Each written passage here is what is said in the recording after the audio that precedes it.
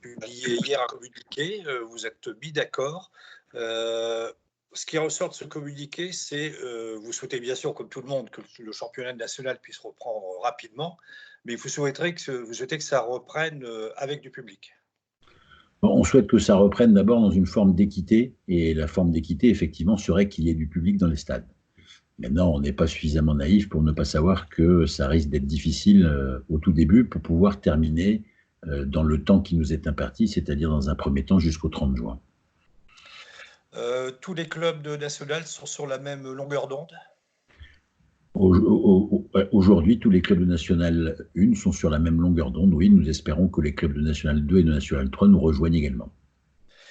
Alors, l'autre décision que vous avez prise, c'est de mettre en place un groupe de compétences qui travaille justement sur un scénario de reprise. Alors, ce groupe est déjà au travail? Ce groupe est déjà au travail. Nous prenons des renseignements pour la réathlétisation de nos joueurs auprès de la clinique des sports de Laval, auprès de la clinique des sports de Paris, auprès des médecins agréés sport et auprès des préparateurs physiques des clubs sportifs. Donc ça, c'est dans l'hypothèse, hein, d'une reprise, relativement, rapide. Il y a aussi le côté, réglementaire, c'est que là, il faut attendre qu'il y ait une date, il y a une date quand même de reprise des championnats. Pour l'instant, ça doit être encore le grand flou quand même. Ben, pour l'instant, nous, on s'arrête effectivement aux communications que l'on peut avoir soit du gouvernement, soit de la Fédé, les deux correspondants. Pour l'instant, la fin du confinement serait le 15 avril et la reprise serait vers le 10 mai. Donc, à partir de ce moment-là, nous, on regarde s'il est possible de reprendre le 10 mai par rapport à la réathlétisation de nos joueurs, effectivement.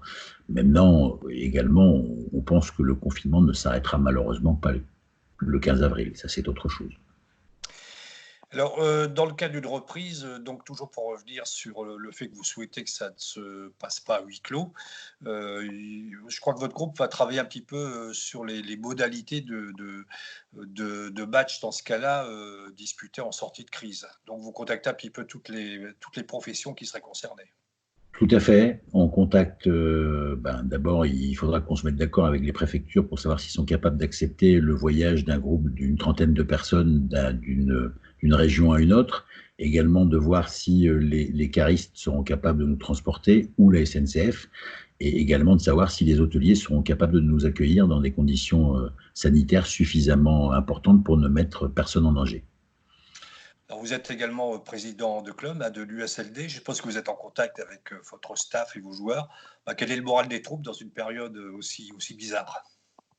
Ben, il est assez particulier parce qu'ils sont dans une totale incertitude. Ils espèrent reprendre et puis quand ils voient les annonces qui font reculer le confinement, ils se posent des questions. Est-ce qu'on va reprendre? Alors nous, on est là pour leur remonter le moral et les maintenir dans l'idée que quoi qu'il arrive, nous allons reprendre le championnat.